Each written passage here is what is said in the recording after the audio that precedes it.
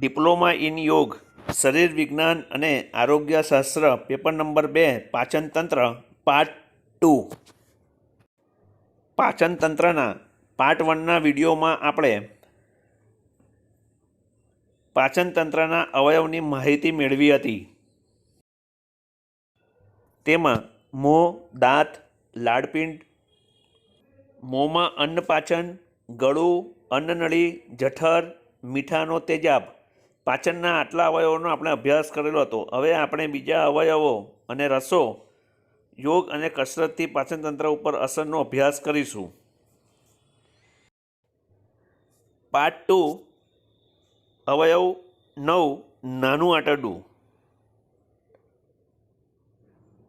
જઠરમાંથી ખોરાક નાના આંતરડામાં દાખલ થાય છે. નાનું આંતરડું આશરે 6.5 થી 7 મીટર લાંબુ અને 2.5 સેમી પહોળું હોય છે. તે સ્નાયુઓની બનેલી પોલી નળી જેવું હોય છે. પેટના પોલાણમાં ગૂંચળું વળીને રહેલું હોય છે. વળી છે છૂટથી હાલી શકે છે. નાના આંતરડાની શરૂઆત જઠરના નીચલા દ્વાર પાસેથી થાય છે. તેનો નીચેનો છેડો જમણી તરફ નીચલી બાજુએ મોટા આંતરડા પાસે રહેલો હોય છે. નાના આંતરડાની શરૂઆતનો 25 સેમી જેટલો ભાગ ઘોડાના પગની નાળ જેવો હોય છે.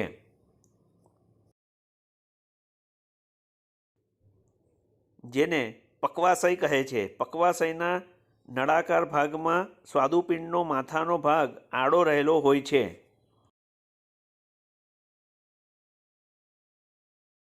સ્વાદુપિંડમાંથી નીકળતી સ્વાદુપિંડ નલિકામાંથી સ્વાદુ રસ અને યકૃતમાંથી નીકળતી યકૃત નલિકામાંથી પિત્તરસ બંને એકત્ર થઈ પક્વાશયમાં રેડાય છે.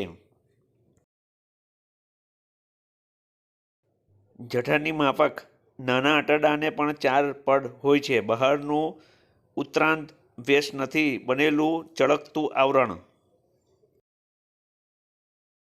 સ્નાયુઓનું પડ, જેમાં અંદરના સ્નાયુઓ ગોળાકાર અને બહારના સ્નાયુઓ ઊભા હોય છે. ગોળાકાર સ્નાયુઓનું આકુંચન લહેરીથી ખોરાકના આંતરડામાં આગળ ધકેલાય છે.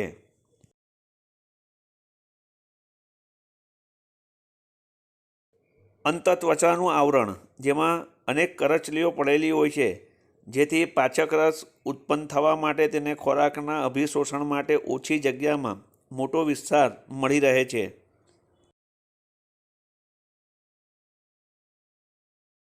આ અંતત્વચા ઉપર મલખમના કપડા ઉપર હોય છે. તેની ઉપસેલી ઝીણી ફૂણગીઓ હોય છે. તેમાં સૂક્ષ્મ રસવાહિનીઓ અને રક્તવાહિનીઓ આવેલી હોય છે. આ ઉપસેલા ભાગો શોષણ કેન્દ્ર તરીકે ઓળખાય છે. તે ખોરાકનું અભિશોષણ કરે છે.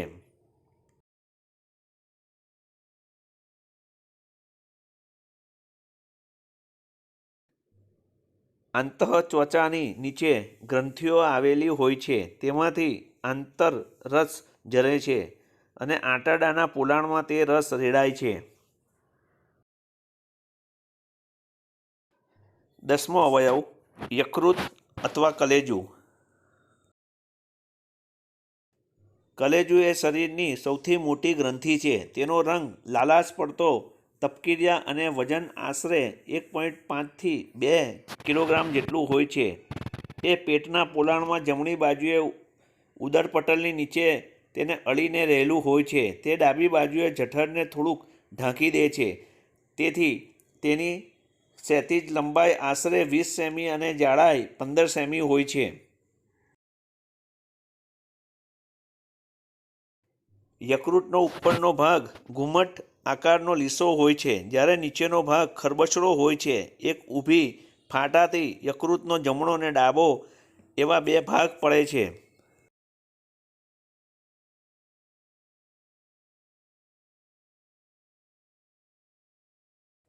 જમણો ભાગ ડાબા ભાગ કરતાં લગભગ 6 ગણો મોટો હોય છે. યકૃતની નીચેની આ 2 ભાગની વચ્ચે પિત્તાશય નામની રીંગણ આકારની સ્નાયુઓની કોથળીઓ હોય છે, જેમાં યકૃતમાંથી તૈયાર થયેલા પિત્તરસ સંગ્રહાય છે. જ્યારે ખોરાકના પચન માટે જરૂર પડે ત્યારે પિત્તરસ પિત્ત નલિકા દ્વારા નાના આંતરડામાં પક્વાશયમાં જાય છે. યકૃતની નીચેની સપાટીના ભાગ પર ચીરામાં યકૃત ધમની અને ઉદરશિરા પ્રવેશ કરે છે અને ત્યાંથી યકૃત નલિકા બહાર નીકળે છે. મહાધમનીની શાખાઓ યકૃતને શુદ્ધ લોહી પૂરું પાડે છે. જઠર, આંતરડા, સ્વાદુપિંડ અને બરોળ જેવી પચન ઇન્દ્રિયોમાંથી શોષેલા અન્નરસવાળું શુદ્ધ લોહી ઉદરશિરા દ્વારા યકૃતમાં દાખલ થાય છે.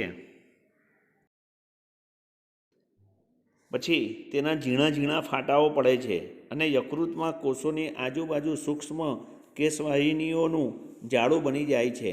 યકૃતમાં રહેલી સૂક્ષ્મ પિત્ત કેશવાહિનીઓ તૈયાર થનારું પિત્ત એકત્ર થાય છે, જે યકૃત નલિકા દ્વારા બાહ્ય નીકળે છે. યકૃતમાંનું અશુદ્ધ લોહી યકૃત શિરા દ્વારા શરીરની સૌથી મોટી અર્ધશિરામાં પ્રવેશ કરે છે.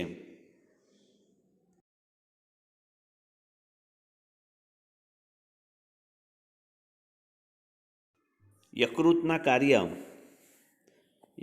કાર્યો લોહીના પદાર્થોમાંથી પિત્તરસ બનાવે છે.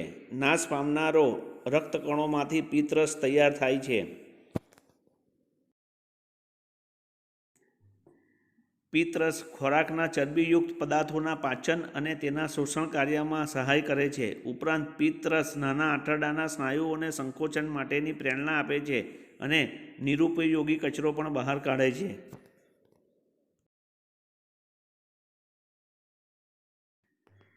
પચેન્દ્રિયોમાંથી શોષાયેલી ખાંડ ઉદરશિરા દ્વારા યકૃતમાં આવે છે. યકૃત તેનું ગ્લાયકોજનમાં રૂપાંતર કરી સંગ્રહ કરે છે.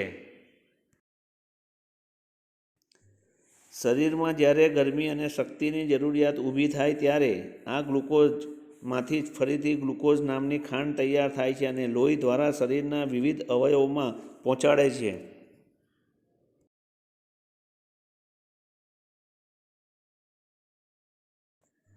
જો કોઈ ઝેરી પદાર્થ જઠર કે આંતરડામાં આવી ચડે તો તેનું શોષણ યકૃતમાં થઈ જાય છે. પરિણામે ઝેર આખા શરીરમાં ફેલાતું અટકે છે.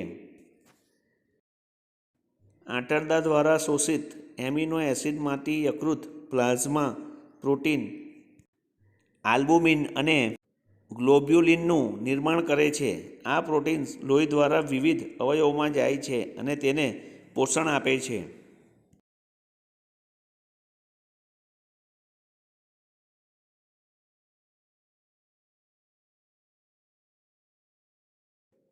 પિત્તરસના રેચક ગુણને લીધે મળ વિસર્જનની ક્રિયા સુગમ બને છે. 4મો અવયવ નાના આંતરડામાં થતું પચન. જઠરમાંથી ખોરાક પાયલોરિક દ્વારા નાના આંતરડામાં દાખલ થાય છે ત્યારે તેને 3 પ્રકારમાં રસ મળે છે: સ્વાદુપિંડ રસ, પિત્તરસ અને આંતરસ. પક્વાશયમાં સ્વાદુપિંડમાંથી નલિકા મારફતે સ્વાદુપિંડ રસ તેને મળે છે. સ્વાદુપિંડ રસમાં એમિલોપ્સિન, ટિપ્સિન અને લાઇપેઝ નામના 3 પાચક દ્રવ્યો આવેલા છે. આ 3 પાચક દ્રવ્યો અલ્ઝાઇમ માધ્યમથી જ ક્રિયા કરી શકે છે. એમિલોપ્સિન ખોરાકમાં નહીં પચેલા કાર્બોદિત પદાર્થનું માલ્ટોઝ નામની પચી જાય તેવી ખાંડ બનાવે છે.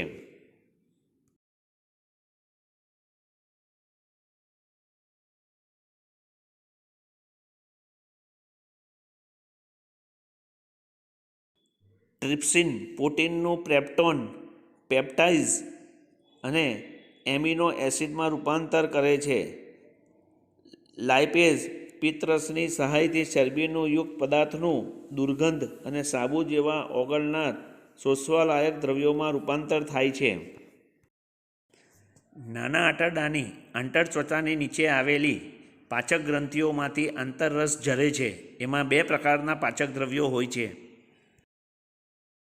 તેમાંથી ઇરેપ્સિનને લીધે પેપ્ટોનનું પેપ્ટાઇઝ અને એમિનો એસિડ જેવા શોષવાલાયક પદાર્થોમાં રૂપાંતર થાય છે. જ્યારે બીજા ઇવેન્ટ માલ્ટેઝ, લેક્ટેઝ જેવા પાચક દ્રવ્યોના ખોરાકમાંથી ખાંડનું સહેલાઈથી શોષાઈ શકાય તેવી ગ્લુકોઝ અને ફ્રક્ટોઝ નામની ખાંડમાં રૂપાંતર થાય છે. પિત્તરસથી નાના આંતરડાના સ્નાયુઓને આંકુચનની પ્રેરણા મળે છે. તેથી તેની હિલચાલની ખોરાક વલોવાતા ઉપર જણાવેલા પાચક રસો સાથે મિશ્રણ થતું તેનું પચી શકે તેવા નવા પદાર્થોમાં ઉપર વર્ણવ્યા મુજબ રૂપાંતર થાય છે, જેને આપણે પાચન તરીકે ઓળખીએ છીએ. મોટું આંતરડું. મોટું આંતરડું પેટની જમણી બાજુના ભાગમાં નીચેના નાના આંતરડા સાથે જોડાયેલું છે. આ જોડાણની સહેજ નીચેથી મોટું આંતરડું શરૂ થાય છે. તેની નીચેના ભાગમાં નીચલી બાજુથી બંધ એવા આંતરડાનો જે ભાગ છે તેને સ્થૂળ અંતરાશય કહે છે. સ્થૂળ અંતરાશયને છેડે આવેલા પૂંછડી જેવા લટકતા ભાગને આંતરપૂંછ કહે છે. મોટું આંતરડું આશરે 1.5 મીટર લાંબુ અને 6 સેમી જેટલું પહોળું હોય છે. આંતરડાના 3 ભાગ છે. કીટબંધની અંદરની બાજુએ વળીને કીટબંધના મણકામાં મણકાની ઉપર થઈને નીચે તરફ ગુર્દા દ્વાર સુધી પહોંચે છે.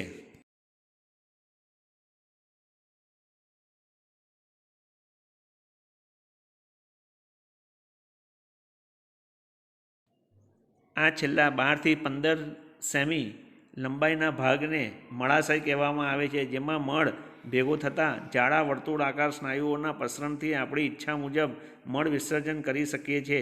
મળાશયના બહારના દ્વારને ગુર્દા અથવા તો મળદ્વાર કહે છે. મોટા આંતરડાનું કાર્ય. નાના આંતરડામાં શોષવાલાયક સર્વ ભાગ શોષાઈ જાય છે અને ખોરાકનો ન પચેલો ભાગ મોટા આંતરડામાં જાય છે. મોટા આંતરડામાં પાણીનો લગભગ બધો જ ભાગ શોષાઈ જાય છે. તે પછી બાકી રહેલા નિરુપયોગી પદાર્થને મળ કહે છે. ખાંડ અને ક્ષારોનો જે ભાગ નાના આંતરડામાં શોષાઈ ગયો ન હોય તો તે મોટું આંતરડું શોષી લે છે. શાક ફળોના ચોતરાઓ સેલ્યુલોઝ ન બનેલા હોય જે ખોરાકને કચરા કોહવાણ કહે છે.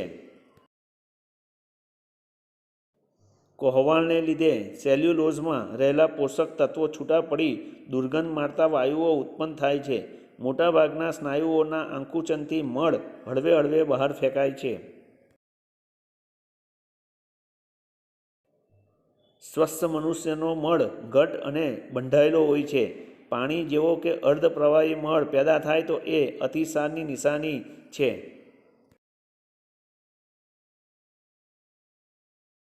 પંદરમો મુદ્દો અન્નનું અભિશોષણ. શરીરમાં કોષોને જરૂરી અન્ન લોહીમાં પ્રાપ્ત થાય છે.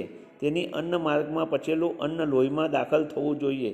જેનાથી આ કાર્ય થાય છે તે ક્રિયાને અભિશોષણ કહે છે.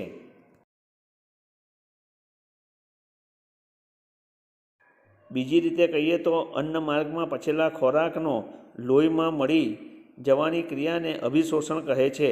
ખોરાકનું શોષણ થતું નથી. જઠરમાં પાણી, ક્ષાર, ખાંડ અને પેપ્ટોન પદાર્થો શોષાઈ જાય છે, પરંતુ અભિશોષણ નાના આંતરડામાં વધુ થાય છે.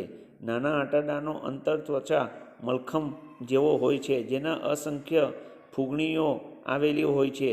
શોષણ કેન્દ્રના દરેક ઉપસેલો ભાગમાં કેશવાહિનીઓ અને રક્તવાહિનીઓ આવેલી હોય છે. કેશવાહિનીઓ પાણી, ગ્લુકોઝ, પેપ્ટોન, એમિનો એસિડનું શોષણ કરે છે. આ કેશવાહિનીઓ જઠરમાં આવતી કેશવાહિનીઓ સાથે સંયોજાઈ તેમાંથી ઉદ્દશિરા બને છે, જેમાંથી શોષાયેલા ખોરાક સાથેનું લોહીમાં યકૃતમાં જાય છે. યકૃતમાં ગ્લુકોઝમાંથી ગ્લુકોઝોન નામનો પદાર્થ બને છે અને ત્યારે આ ગ્લુકોઝનનું ફરી ખાંડમાં રૂપાંતરણ થાય છે. ચયાપચય અથવા ગળભાગ. શરીરના અવયવો કામ કરતા હોવાથી તેમાં કોષનો ઘસારો પહોંચે છે અને તેમાંથી કેટલાક કોષો નાશ પામી નિરુપયોગી કચરો પેદા કરે છે. આ ક્રિયાને અપચય કહે છે. તેનાથી ઉલટું ઘસાઈ ગયેલા કોષો લોહીમાંથી પોષણ મેળવી પુનઃજીવિત થાય છે અને શરીરની વૃદ્ધિ માટે નવા કોષો પણ બને છે. આ સમારકામ તથા પુનઃપ્રાપ્તિની ક્રિયાને ચય કહે છે. આ બંને પ્રકારની ક્રિયાને લીધે શરીરમાં જે સતત ઘડવાની તથા ભાંગવાની ક્રિયા ચાલે છે તેને ચયાપચય અથવા ગળભાગ કહે છે. બાળક જેમ મોટું થતું જાય છે તે ગાળા દરમિયાન ચયની ક્રિયા વધુ થાય છે અને વૃદ્ધાવસ્થામાં અપચયની ક્રિયા વધારે પ્રમાણમાં થાય છે. કાર્બોદિતોનું ચયાપચય. આપણા શરીરમાં ખોરાકમાં કાર્બોદિત પદાર્થનું મોહ થતાં નાના કેશવાહિનીઓમાં શોષણ થયા બાદ તે ઉદરશિરા મારફતે યકૃતમાં જાય છે, જ્યાં તેનું ગ્લુકોઝમાં રૂપાંતર થઈ જાય છે.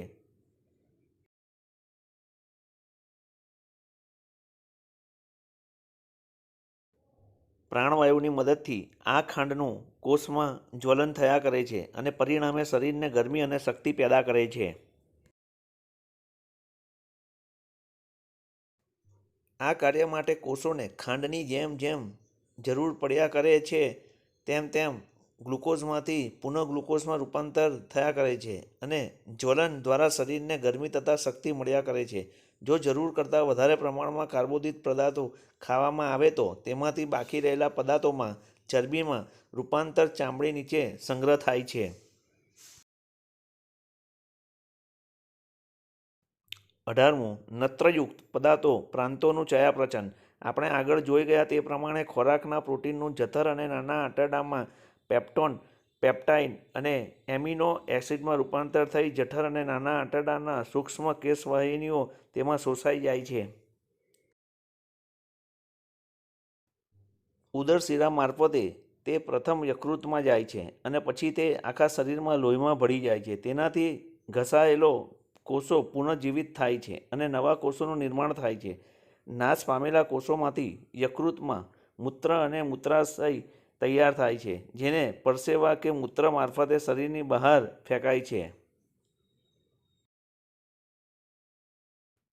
ચરબી પદાર્થોનું ચયાપચય.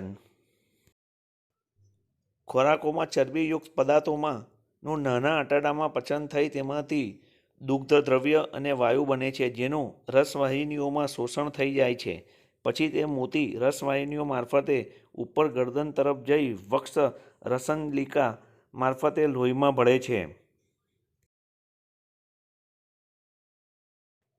આ ચરબીવાળા પદાર્થોની જ્વલનથી કાર્બોદિત પદાર્થો કરતાં લગભગ બમણી ગરમી અને શક્તિ પેદા થાય છે, જેથી શિયાળાના ઠંડી દિવસોમાં ચરબીવાળા પદાર્થો વધુ ખાવાથી જરૂરિયાત રહે છે. ચરબીયુક્ત પદાર્થોનું જ્વલન થયા પછી ઉત્પન્ન થનારા પાણી અને અંગારવાયુ જેવા નિરુપયોગી પદાર્થો ઉચ્છ્વાસ, મૂત્ર અને પરસેવાના રૂપે શરીરની બહાર ફેંકાય છે.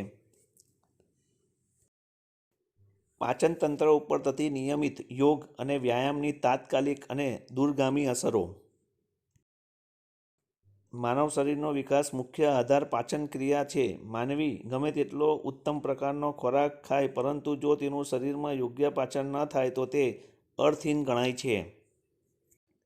શારીરિક શ્રમ તરફ સુગ્ર દાખવનાર માનવીઓની હાલત આપણી જાણ બહાર નથી. તેની વિવિધ પ્રકારની ફરિયાદોમાં અપચન બરાબર થતું નથી, ગેસ ટ્રબલ વધુ થાય છે, જાણે જીવ જતો હોય એ રીતે હૃદય ધબકે છે, ખાવાનું મન થતું નથી વગેરે હોય છે. આવા લોકો થોડા સમયમાં શારીરિક નબળાઈઓની, વીર્ય સંબંધીની અને જ્ઞાન તંતુ સંબંધીની ફરિયાદો કરવા લાગતા હોય છે. આપણે સૌ જાણીએ છીએ કે વ્યાયામવીરોનું શરીર સુઈ અને ભરાવદાર હોય છે. શારીરિક પરિશ્રમ કરનારા આનંદો સ્ફૂર્તિવાળા દેખાય છે. યોગિકની તો વાત જ અલગ છે.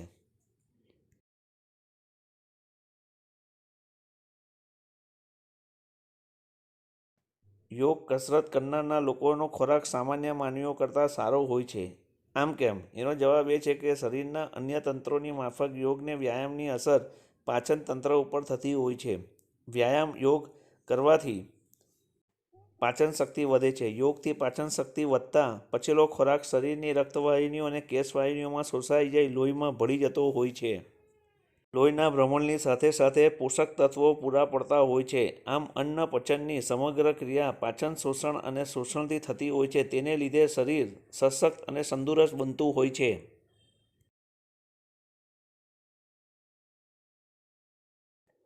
પાચન તંત્રના અવયવોના સ્નાયુઓ ઢીલા, પોચા, નબળા હોય તો પાચનમાં વાંધો આવે છે. દાખલા તરીકે સ્નાયુનું બનેલું જઠર જો નબળું હોય તો તેમાં ખોરાક કેવળ પડ્યો રહે છે અને પોષણ માટે નકામો નીવડે છે. પાચન તંત્રના સર્વ અવયવોના સ્નાયુઓ યોગને વ્યાયામોની સક્રિય કરે છે. વ્યાયામને યોગથી સ્નાયુઓના મજબૂત બનાવી અપચનની ક્રિયાઓને તૈયાર રાખે છે. આસનથી નાના આંતરડાના અન્નનું પચન અને શોષણ સારી રીતે થાય છે. કારણ કે તેના સ્નાયુઓ યોગ અને વ્યાયામથી મોટા આંતરડાની વિસર્જનની પ્રક્રિયા ઉપર સરળ રીતે થતી હોય છે. આળસુ અને શ્રમ પ્રત્યે સુખ દાખવનાર મનુષ્યોના આંતરડાના સ્નાયુઓનો વર્તુળાકાર આકુંચન ખૂબ જ ઓછા અને ધીમા હોવાથી વારંવાર ખલેલ પડતી હોય છે. બેઠાણું જીવનાર મનુષ્યના આંતરડા સ્નાયુઓનું સંકોચન અને પ્રસરણ ખૂબ જ ઓછા પ્રમાણમાં મંદ રીતે થતું હોવાથી તેને પાચનક્રિયા નબળી બનતી હોય છે. તેમજ તેઓમાં કબજિયાત પ્રમાણમાં વધુ જોવા મળે છે. આસન આંતરડાના વર્તુળાકાર કંચનને વધારો હોવાથી તેની પાચન માર્ગમાં પર સારી અસર થતી હોય છે. યોગ વ્યાયામને લીધે પેટના સ્નાયુઓને મળદન બને છે. પાચન માર્ગોમાં શુદ્ધ લોહીનો મોટો જથ્થો ફરતો રહેતો હોવાથી પાચન ક્રિયા સતત ચાલ્યા કરે છે. શરીરના અવયવોને આસન વ્યાયામથી લોહીનો જથ્થો સારા પ્રમાણમાં મળી રહેતો હોવાથી તેમજ પાચક રસો પણ સારા પ્રમાણમાં ઝરતા રહેતા હોવાથી તેઓની પાચનક્રિયા સબળી બને છે અને વ્યક્તિ નિરોગી અને તંદુરસ્ત બની રહે છે. યકૃત વધુ કાર્યક્ષમ બને છે. આ રીતે જોતા આસન પ્રાણાયામ કરવાથી પાચન માર્ગ ક્રિયાશીલ બનતા પાચન સુધરે છે, ભૂખ સારી લાગે છે, શરીરની કાર્યશક્તિ વધે છે અને તંદુરસ્તી સારી જળવાઈ રહે છે. અહીં આપણે પાચન તંત્રનો પાઠ પૂર્ણ કરીએ છીએ. Thank you.